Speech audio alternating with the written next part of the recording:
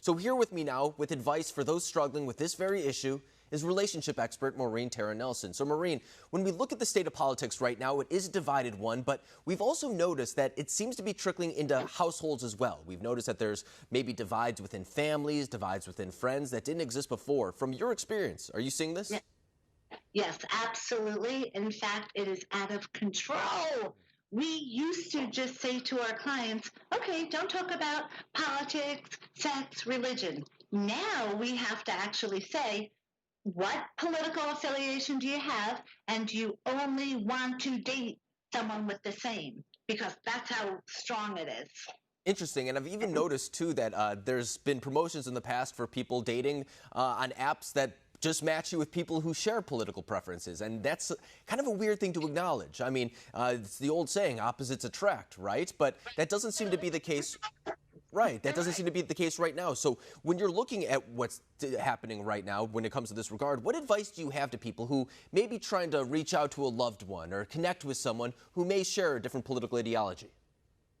I always say, if you love that person, you need to change, because there's three types of singles now when it comes to politics. There are ones that just don't care, and that's obviously the easiest. Then there's some that are open-minded. So it's I agree to disagree, and that's easy. Then there's the diehards. Very difficult. They're getting divorced now. They're separated. They're fighting. They're coming in saying, you know what? I'm Republican. I really only want to date a Republican. I can't stand the Democrats. It's gotten to that level.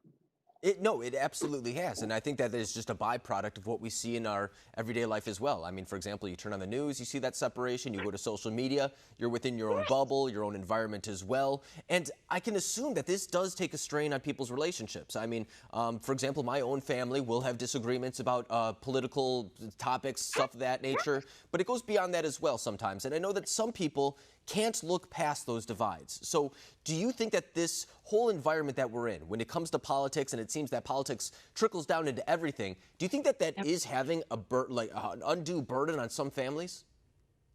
Absolutely. Because with this fighting, people are acting even passive aggressive if they have different political views. And it's not good, because it's showing a lack of respect for each other. It's hurting intimacy in couples, making couples not want to have sex. It's making couples, when you go out, they're embarrassed to be with one another. So with the pandemic, that brought on such a huge political topic that just can't be avoided.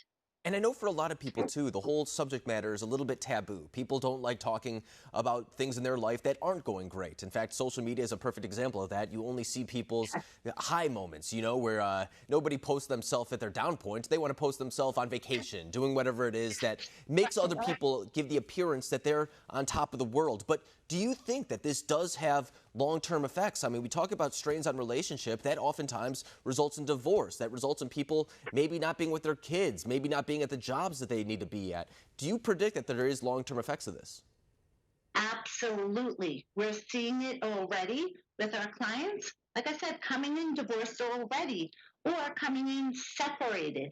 And if you are that third type of person and you're a diehard whatever, it's not going to work now. It used to be in the past, okay, if someone's a diehard, you know, that'll be an issue. Now it's something every day. It's filtered in our everyday lives. So as a matchmaker dating coach, I have to make sure that I'm matching people based upon what they believe in, because they themselves are making it such a big issue. Yeah. But they don't need to. They don't have to. No, you're exactly right. And people are prioritizing politics, it seems like, over the things that most Americans can find common. I think it's worth noting that there's a lot more that the American people have in common than the differences. But it's the differences that people in the media like to focus on because it gets the ratings. It makes for good conflict on television. But when it comes to our relationships, whether it's our families, our loved ones, whatever it may be, there's a lot more in common. And I think that's important to keep in mind. Am I right? Absolutely right. But when we have something major that's not compatible, for example, politics, that is going to cause the problem. And it is. Yeah.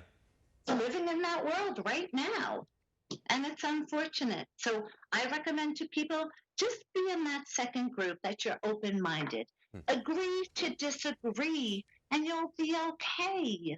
I think that's excellent advice, not only for relationships, but for life in general. But Maureen Tara Nelson, I really appreciate you coming on tonight, helping, I'm sure, a lot of people out with their situations at home. Thank you.